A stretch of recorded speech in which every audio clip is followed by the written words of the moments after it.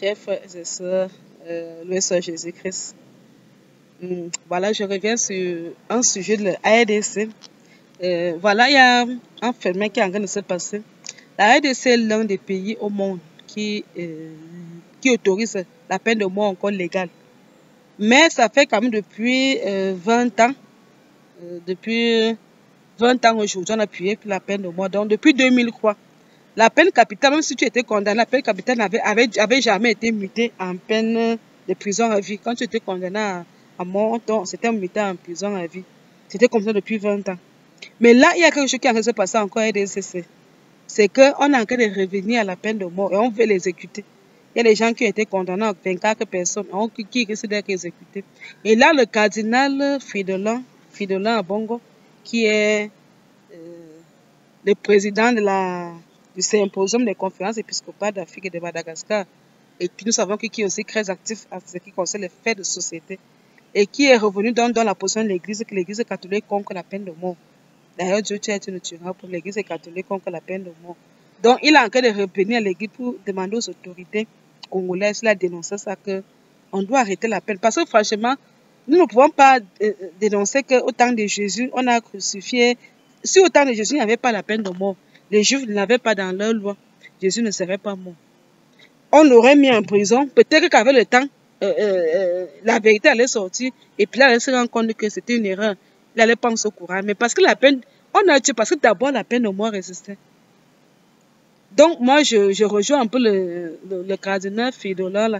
Cette histoire de peine de mort, vraiment, ça ne résout. Ça n'a même jamais arrêté quelque chose. Depuis que le pays a appliqué la peine de mort, là, ça n'a pas résolu un problème. Moi, je pense que par avant, ce n'est pas en tuant quelqu'un comme ça va résoudre. Quand quelqu'un commet, il faut plutôt laisser le temps de se repentir, de se convertir. C'est ça le rôle aussi des prisons. Je préfère encore qu'on condamne quelqu'un à vie. Je préfère encore qu'on condamne quelqu'un à vie. Mais la peine de mort, vraiment, moi, en tant que chrétien, je ne crois pas que ça aide quelqu'un à se racheter. On a vu des prisonniers qui se sont repentis en prison, qui sont devenus les plus bons chrétiens que nous-mêmes qui sont dehors. Parfois, quelqu'un était en prison, mais arrivé là-bas en prison, il rencontre Dieu. Parfois, il commence à lire la Bible, il se repent, il devient plus engagé même que toi-même qui es chrétien. Donc, dire que quelqu'un fait du mal ne veut pas dire que toute sa vie, il va rester dans ce mal. Dieu ne veut pas la mort du pécheur, mais Dieu veut sa conversion. La peine de mort n'aide pas le pécheur à se convertir. C'est comme si on condamne seulement une fois à personne, c'est que tu es bien pour l'enfer. Mais nous oublions que nous-mêmes qui condamnons, nous ne sommes pas mieux que cela. Jésus avait dit que les prostituées et les voleurs vous dévanceront au royaume des cieux. Le larron repenté était sur la croix. Un était là, continuait à insulter Jésus, mais un autre a reconnu, a fait son meilleur coup. Seigneur, souviens-toi de moi quand tu seras dans ton paradis.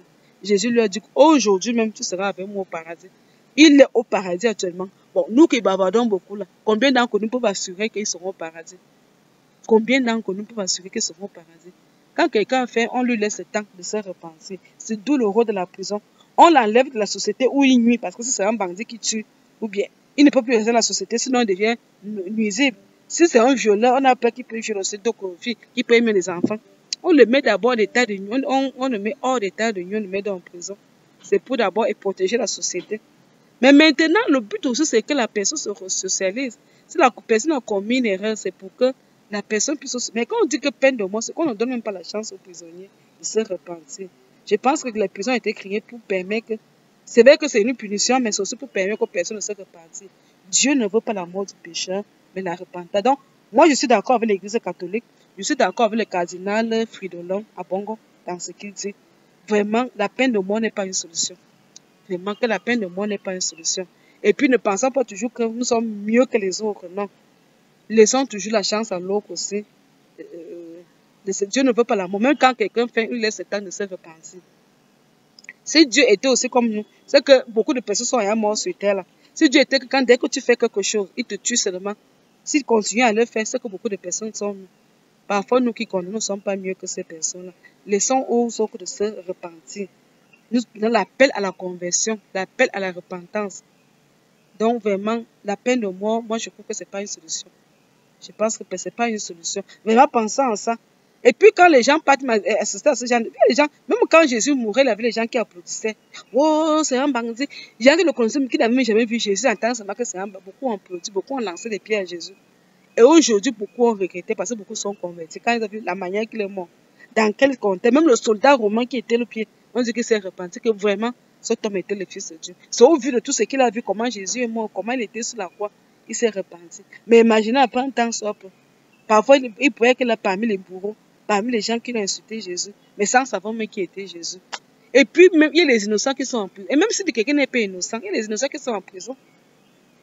Donc, vraiment, qu'on accorde la chance à l'autre, même étant en prison, de se repentir. Et pourquoi quelqu'un a le temps de se repentir, de regretter, on lui laisse le temps. Dieu ne veut pas la mort du pécheur, mais Dieu veut sa conversion. Donc, qu'on permette vraiment, la peine de mort n'est pas une solution. Donc, moi, je suis d'accord avec Cardinal Fidela Bongo. Je suis d'accord avec la thèse de l'Église catholique. Là.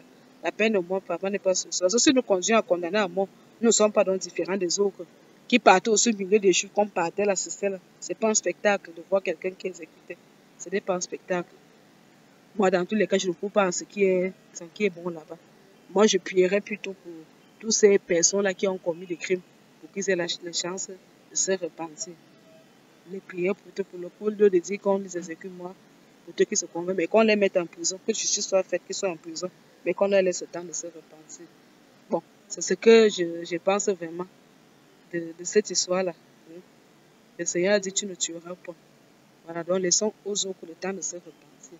On doit laisser les prêtres qui vont apporter, ça, apprêter ces gens-là, que les gens aient le temps de se confesser, que les gens, qu'on laisse ça civil pour que même quand ils reviendront dans la société, ou alors même si c'est condamné à vie, mais au moins, même étant en prison, ils peuvent être rachetés.